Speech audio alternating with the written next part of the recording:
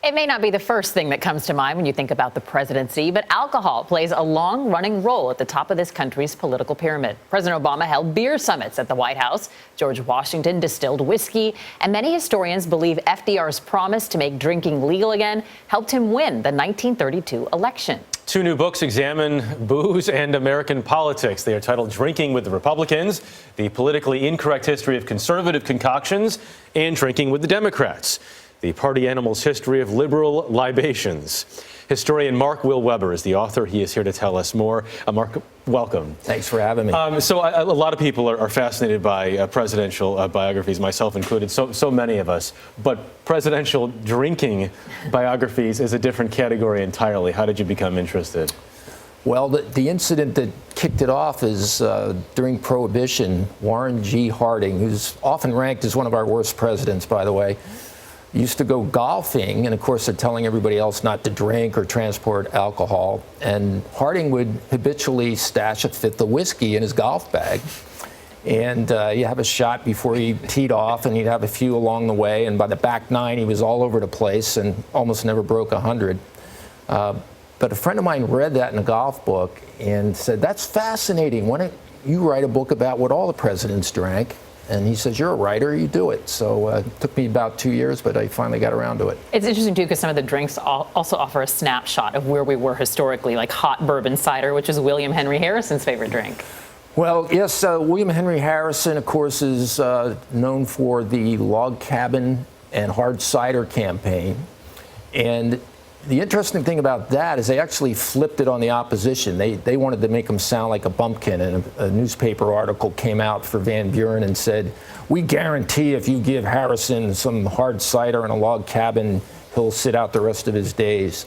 And instead of letting that work against them, they ran with it, and they portrayed William Henry Harrison as the common man's president.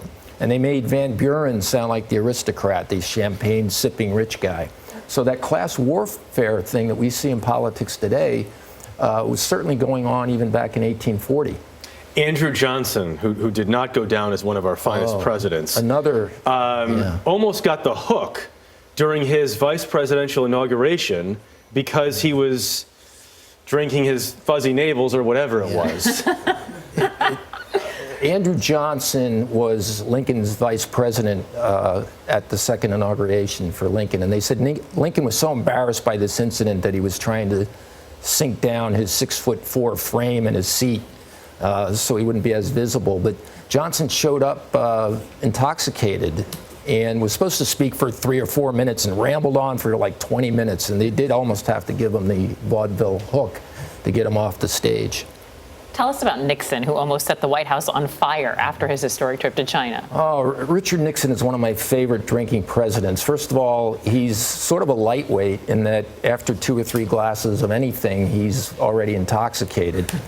He has that in common. Yes. He has that in common with U.S. Grant, surprisingly. Everybody thinks Grant was a big drinker. But to get back to Nixon, when he went to China, the Chinese have this very powerful alcohol made of sorghum called Maotai, and it's often 110 proof, so it's more powerful than most vodkas.